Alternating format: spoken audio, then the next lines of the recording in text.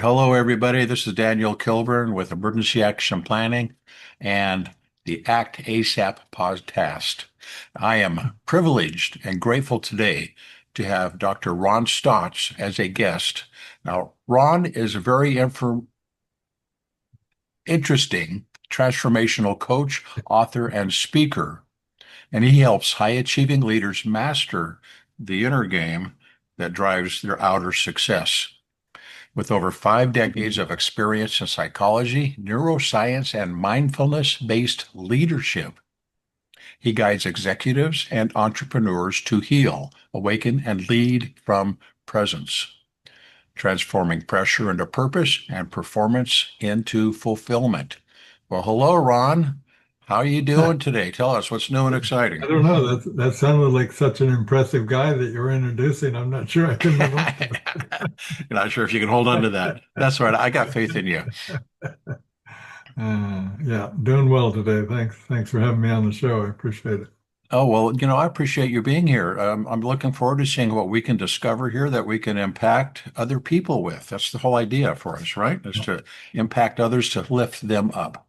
So, in looking at some of the things you do, and my real question before we get into the what you do it and the how you do it is the why you do it. You've been doing this for a long time. You didn't just wake up one morning and go switch. So I think I'm going to be a transformational leadership coach. Something had to happen to make that happen. So why don't you enlighten us all and tell us the story about that? Well, I was a rowing champion in college, and thought, boy, I've got it all figured out now, and I had the cute gal, and everything was going. And the Vietnam War was going on, and I wasn't doing that well academically in school, and I kind of wanted to follow my dad's footsteps. He had been in the military in World War II, and so I wandered into the Marine Corps and realized that I had made the biggest mistake of my entire life. And I didn't realize that I was a conscientious objector. I didn't realize, I kind of handled it as if it was another sporting event.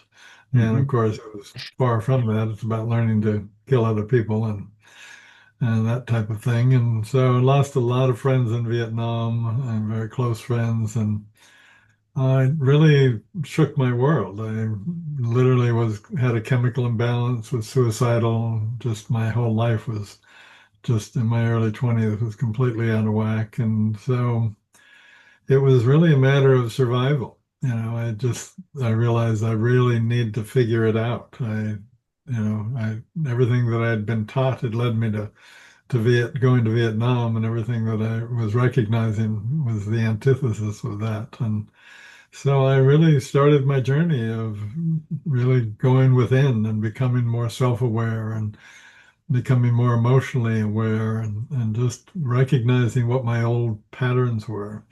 It was interesting to see, and I see it with pretty much everybody I work with. All the things that we did as a child to take care of ourselves, really becomes what sabotages our life as an adult. So a lot of, I remember, my control issues or my not showing particular emotions or all of those things that worked so well to get me through my childhood, really sabotaged my life as an adult in terms of my relationships, in terms of my vision of who I was, what I wanted to do. And so that was the beginning. And I've been on that journey of just what is this? How do we access the best of who and what we are? How do we discover that inner person that isn't influenced by all that childhood stuff? Well, you bring up a very key concept there. So, as you know, I'm a retired Army infantry drill sergeant, so I understand your dilemma. Hmm. And it's all in culturalization. That's what we were taught. It was called we're being enculturalized by the people we grow up with, the schools we go to, our family. And as we can tell, you people watching us, we're probably in the same generation. All my family grew up in World War II. I had relatives in Korea, so I understand where you're coming from on that there, because we were basically expected to do things like that. Yeah. Now, Yeah. as enlightened as the human race has become since then, we still have these problems with being people that others expect us to be, and Yeah. not the people we want to be, the people we should be, the people we choose to be. And sometimes we choose to be the wrong person. I totally admit that. Yeah. So, how can we look at ourselves and recognize that we might need some sort of outside input? And I bring this up very simply. I'm sure you follow some sports. And well, you were a sportsman yourself. You had a Yeah. coach, correct? You had somebody teach you how to row, right? Yeah. Football players have coaches, golf players have coaches, tennis players have coaches. But I've discovered of one very unique subsector of our society that looks at not having coaches is our leadership people, our Yeah. business leaders, our people in authority are expected to tough it up. Man, you're a man, you're a full grown woman, get it done. And if we ask for help, we're demeaned, belittled, and looked down on some level. So, how can we get around this? Well, it really comes by waking up and recognizing what you're doing isn't working. That's usually when somebody begins to be willing to explore. Our leadership models, they might be great. When I look at my rowing coach, he was so good that I didn't even realize until years later how good he was. Right. But I also saw that they're in leadership, in the Marine Corps and in business after I got out, where leadership faltered, where it wasn't as good as it could have been, where people were doing the best they could, but they had their own limitations and it could be done better.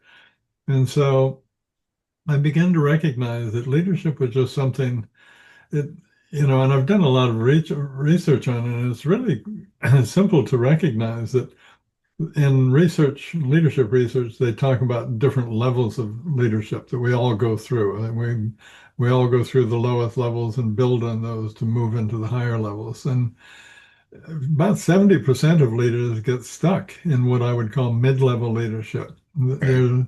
They might become an expert. They might become, somebody who is focused on getting the job done and, good management style there, but they aren't moving into what really comes to being a more conscious leader, where they get into being more emotionally aware of where they are, where others are, how to communicate from a supportive place, to come from that bigger picture perspective and not be reacting, but responding to the environment, to others in the world they're in.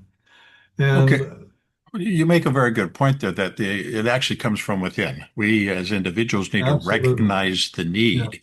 But even yeah. if we recognize the need, depending on the society or the place we are at, Hmm. sometimes it's easier said than done to actually voice that need or to actually reach out and try to do something with that. So how can these people recognize this need? They might be in fear of their whatever, but they can Yeah. still reach out. How can they manage to get past that fear? Because that's what holds people back, even if you know you need it, but I'm afraid to do it. How do we get that happening? Well, and I don't think we can do it on our own. It's everything that all of our challenges come from our relationships with other people in the past. Hmm. And they can only be healed in relationship with others as we move forward into our life. And so, unfortunately, it really feels like to me to really do the deeper work, we really need to get help. I mean, I certainly did, and I looked for all kinds of ways to do it on my own. Right. But it's just not something we're capable of doing because we rely on hiding those things from ourselves to survive. And so it just doesn't, just logically begin, well, of course you're not going to be able to find those things. And so, I mean, even in a discovery call, oftentimes I'll just be asking questions and they'll be coming up with answers that they didn't even know they were aware of. They're so used to telling themselves what they know that they weren't able to ever access what deeper levels of knowing that they weren't aware of. I And know that's really, that's yeah. interesting. I don't remember who said it. Oh God, I just read it. The wise person knows what they don't know. something like that. But you bring up a very good point there about the inability to come up with stuff. I mean, in what I do with disaster management, I talk to a lot of people who are in adamant denial that they need to do anything until it's too late. Now, if you look at Mhm. businesses, there's also a little different. A business person or entrepreneur or a CEO has a set of standards they're supposed to follow, and ideally they manage that or measure it by how much income they bring in. I mean, Mhm. that's pretty Right. much the bottom line. How much money are That you is the making bottom for line. us? Yeah. I know. But I've discovered that in a lot of these sectors here, they're risk averse when it comes to actually taking care of any risk management. Again, well, it doesn't make money to manage the risk. So I don't need to manage the risk until I have the risk in my face. And then I need to do something about it, which is usually too late, much too late by then. Then you have to talk to your shareholders and tell them why you failed to Yeah. follow through this to begin with. So how do we get people to look at that? Because I'm not just talking business people, but family members, leaders of the family, leaders Sure. of community, leaders who are adamant to denying the fact that they should do something that won't make them any money, might save Mhm. them money, might save lives, key issue, might save Right. property. So how can we push that out and give them the opportunity to look at that and in the inner work become a better leader in the process? Well, I would just build on where I was before. The more conscious you become, the bigger picture perspective that you have. Hmm. And what you're talking about is somebody, if somebody's focused on just profit, then they're looking at cutting costs. They're reacting to what's going on around them rather than having a bigger picture and responding supportively and appropriately in a supportive way to everything that's going on around them. So even in a family, even an organization, it really comes down to the same thing. If you're thinking, if you're not at the effect of your emotional backlog, you've healed that, and you've become literally a more conscious, self-aware, emotionally intelligent leader, then you see the bigger picture and you see where those investments that you're talking about are worthwhile because it's not just about the bottom line for the next month, it's about the bottom line for a long, the survival of the organization and everybody, all the research shows that with that bigger picture perspective of taking care of and really supporting, bringing out the best in everybody in the organization, that productivity and profits goes up by at least 50%. A lot of my clients, I see even more. I So can if the bottom imagine, line is yes. making more money, becoming more conscious is really the way to do that, because you're not caught in some little comfort zone where you're denying the different variations of what you're talking about. Okay, You plan for the future. so let's say we have some CEO, CFO, CIO, entrepreneur, mother, father, whatever, Whoever, leader. listening to us right now. And they say, that strikes a bell to me. Yeah. What kind of tool can they use right now that they can go grab to start their process? Even though Mhm. they might be afraid to do it, they don't want to talk to anyone about it. They certainly don't want to talk to you or me right now, but they want to do something. What can they do? Well, this is going to sound a little odd, but people want to be in control of their life, and I certainly appreciate that. Who doesn't want to be in control? Correct. But what I find is that, well, especially with leaders, but if you're coming from a really overuse of your logical left brain, then you oftentimes their whole definition of what being in control means is, when you look at it from a more conscious perspective, a great definition of being completely out of control. So, for example, lots of times when I'm working with somebody, I'll ask them questions or have them look deeper. They stop breathing and look in their left brain and try and express what they know because that's safe. They have that editor up there that says, "Can I say this? Should I say that? Should I say that'll sound best?" Same with emergency planning. What action should I take? What makes sense? What feels safest? And the truth is, when they start looking at it, oh, so to be in control, I stop breathing, I diminish my higher levels of thinking, and I put my body in fight or flight. And I look at them and go, well, does that sound like you're in control or completely out of control? You know, And it's it's that yeah. that's our awareness that I'm suggesting as a response that I would give.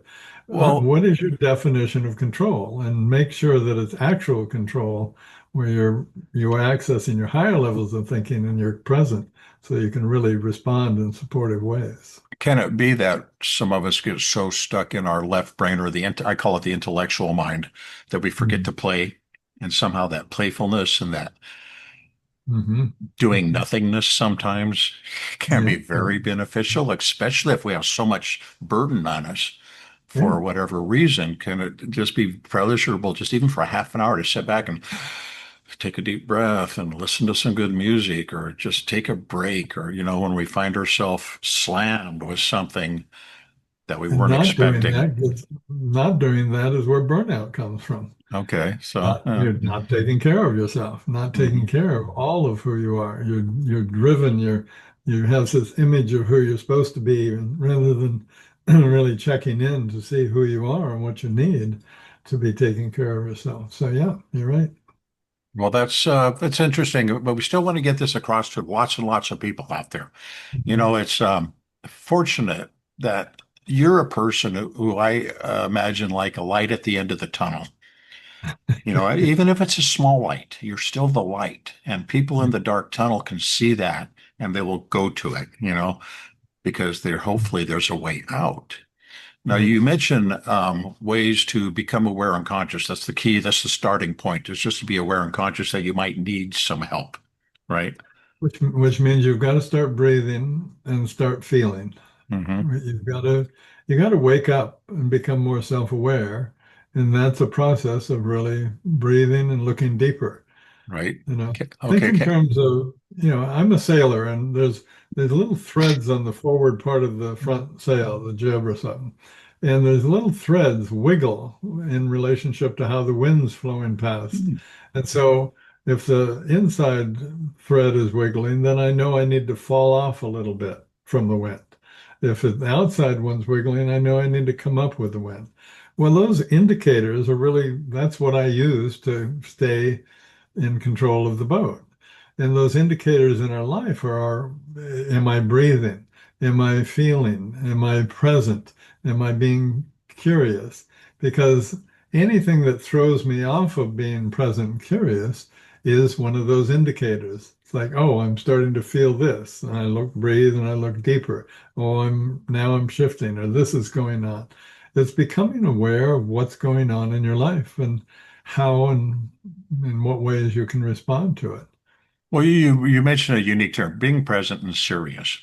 I remember as growing up as a kid, it No, was, curious, not oh, serious. curious. Okay. Well, that brings up the I heard serious, but that's okay. Yeah. But I'm going to keep with that thought. Growing up as a Okay. kid, we were taught to be more serious. Don't have fun. Stop playing. Yeah, Be more serious. And so, but isn't the playing the fun part where your curiosity actually comes up? It's like best part. speaking with you. I've brought up a lot of interests in me that I want to research and find out about. Yeah. And I'm hoping other people listening to us do too. So with that curiosity out there, is it entirely possible that you can still be curious and serious at the same time? I think if you're breathing and being curious, you are quite literally in a state of awareness that allows you to access your higher levels of thinking, which allows you to see the opportunity in any given situation that you're involved in. So that seems more serious than not to me. If you really want to know what your best option is and see things from the best, most supportive, perspective, then that's going to get you the best results. And so, yeah, I think so. That sounds pretty interesting. So, if there was someone was to follow a plan of action, I know you Mhm. take people through a certain series of events. I'm sure Yeah, it would just it's a make journey. sense. Yeah.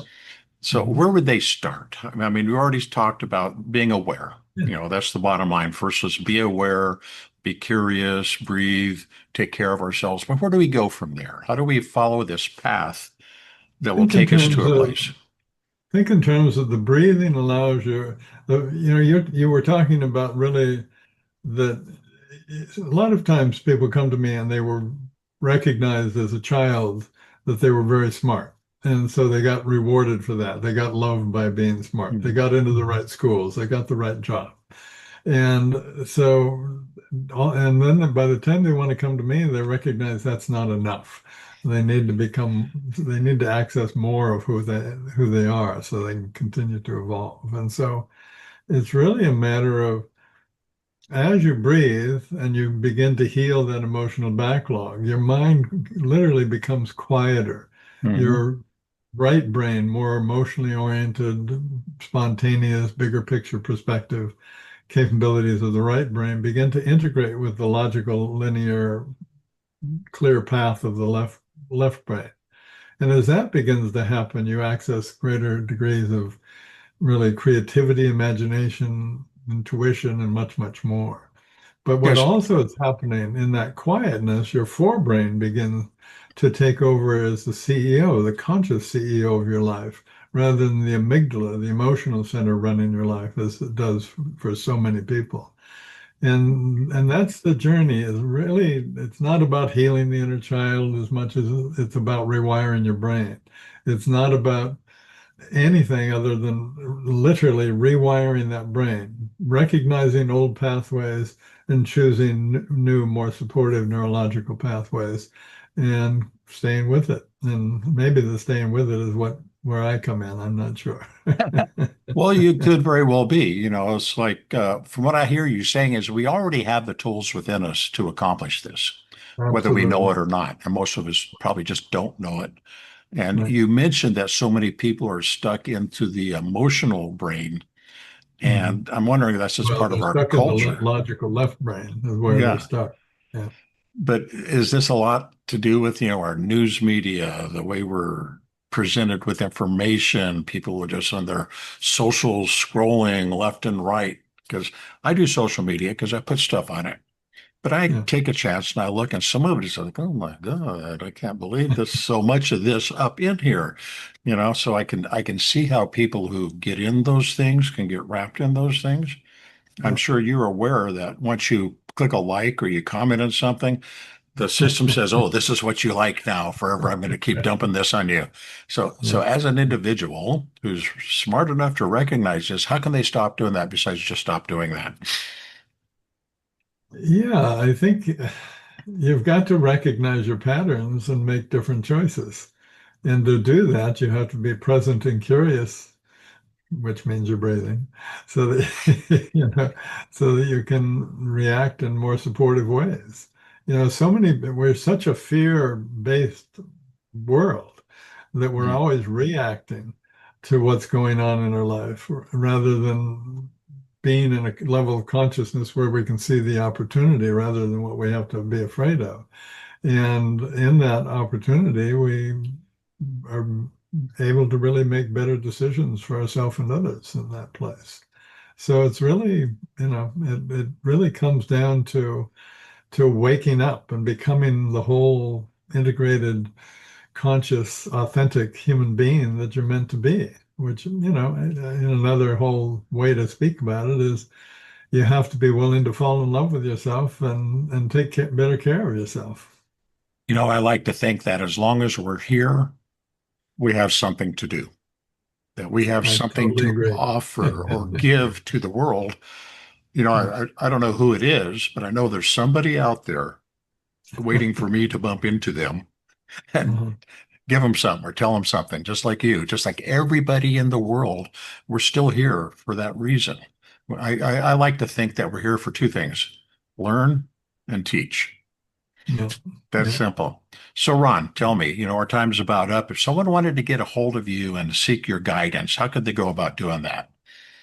I would just recommend they go to my website at ronstotts.com because there's plenty of free information they can download to begin that inner journey. But there's also all the insights and information and that they need to know more about myself, about the journey, and really about themselves because it's not a journey about, you know, me, it's about them and recognizing that they're ready to evolve. They're ready to take that journey and move beyond all those things that are sabotaging their life and discover who they are. That's great. That's like I like to think once you ask that question, you're ready for the answer, whether you really want it or not. You're Right. ready Yeah. for it. So you That's heard right. it, everybody, from Ron Stotts. You're looking for extra information, go to his website, ronstotts.com. There will be information below this in the vlog or the podcast with contact information to his Facebook, his LinkedIn, his YouTube, and some background about Ron. So, Ron, is there anything we haven't covered that you would like to mention that you believe is necessary? You know, a lot of people really try really hard. We're only aware of about 5 or 10% of our thoughts, and the other 90% are subconscious. And people keep buying things that where that 5 or 10% is determined. Okay, now I'm going to get it. Now I'm going to understand it. Now I'm going to succeed. And that works for a couple of weeks. But then that subconscious part says, no, we're going to go back into where we like to be, where we're more comfortable. And it starts sabotaging all of those dreams. And so don't feel like just because you've tried things and it hasn't gotten you to where you want to go, that you don't have the capability. It's that capability is in there. You are such an amazing creature and capable of so very, very much. So just recognize that it's that deeper stuff that you need to look at and explore. And so enjoy that journey.